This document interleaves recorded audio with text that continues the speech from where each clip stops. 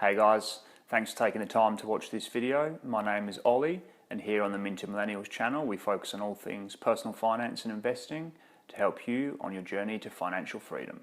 On today's video we're going to be discussing the benefits of investing versus keeping your money in a savings account, and also the detriment of the stealth tax. I hope you enjoy this video. Let's get into it.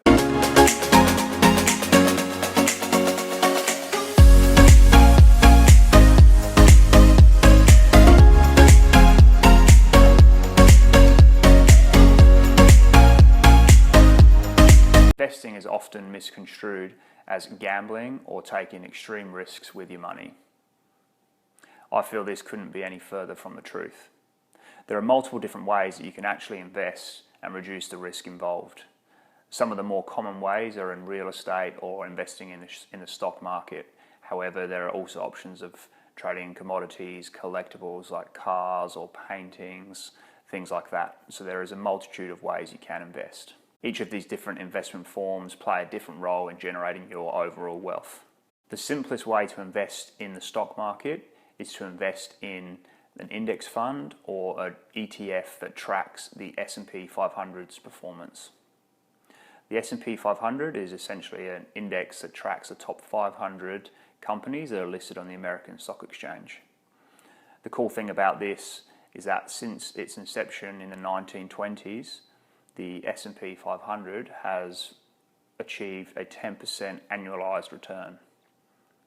This is a pretty impressive return over such a long period of time. A common question that gets asked is, why should I bother investing when I can risk losing all of my money? Instead, I can just keep my money in a savings account where I know it's 100% secured and there's no chance or there's no risk of losing any of the money there, and it'll get a small gain over time. This is actually a pretty fair question, and we're going to go into this a little bit deeper in this video. I'm going to go over my 3 reasons as to why you should choose to invest your funds rather than keeping them in a savings account. The first reason that I think you should choose to invest your money over keeping it in a savings account is because of inflation. There are many uncertain things in life, but 2 of the certain ones are death and taxes. Most people will pay their taxes based on their marginal tax rate. What some people aren't aware of, though, is that everybody gets hit with what's called the stealth tax or inflation. Inflation is essentially the rate at which costs of goods and services will increase over time. In Australia, currently inflation is at around about 2%. So essentially what this means is that your money will devalue by 2% each year. So if you had $1,000 this year, in 1 year's time, that $1,000 will not be able to buy you the same as what it could today. Coming back to the question we mentioned before as to why you should bother investing. If you were to keep your money into the savings account, it's not actually 100% secure.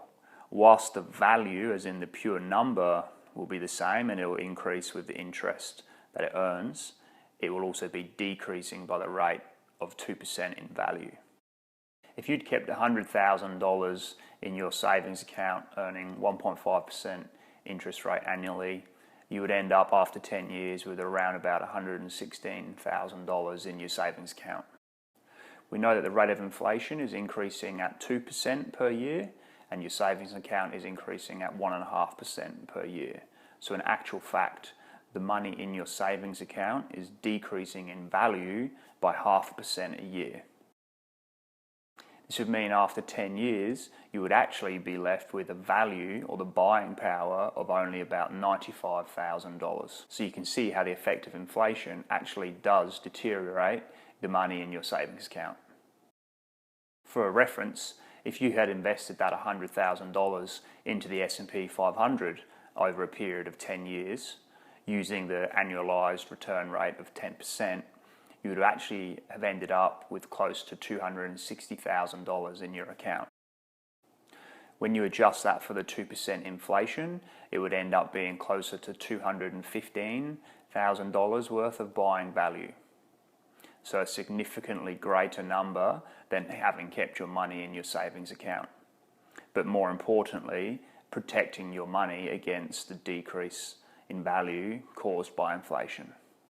This example shows while you don't actually physically lose any money in your savings account, the funds within it do devalue over time.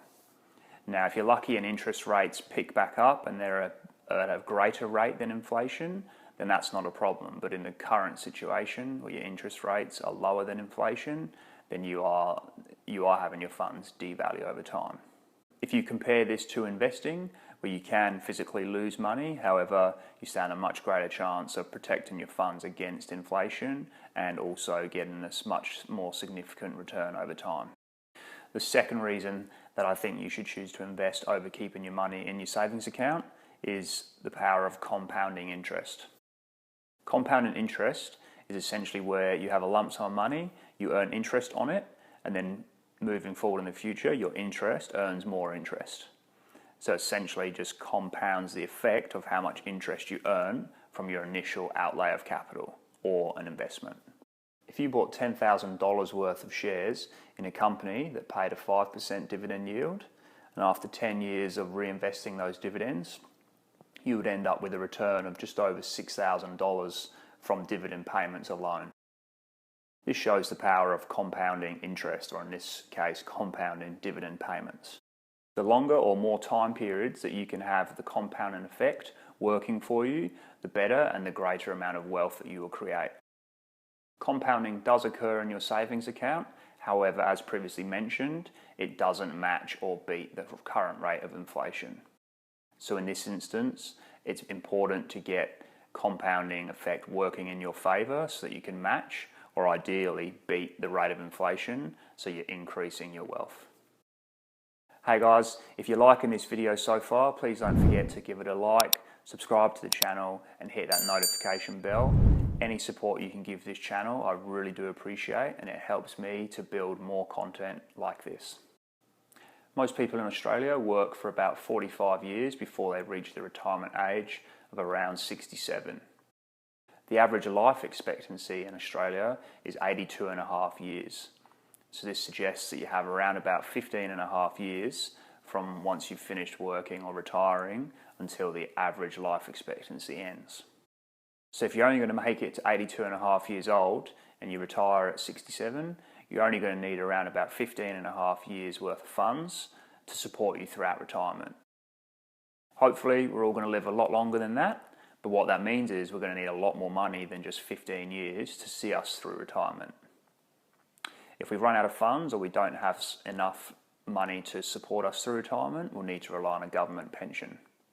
Whilst the government is doing a great job currently, it's not to say that in the future pensions will be guaranteed or they will still exist in the capacity that they are now.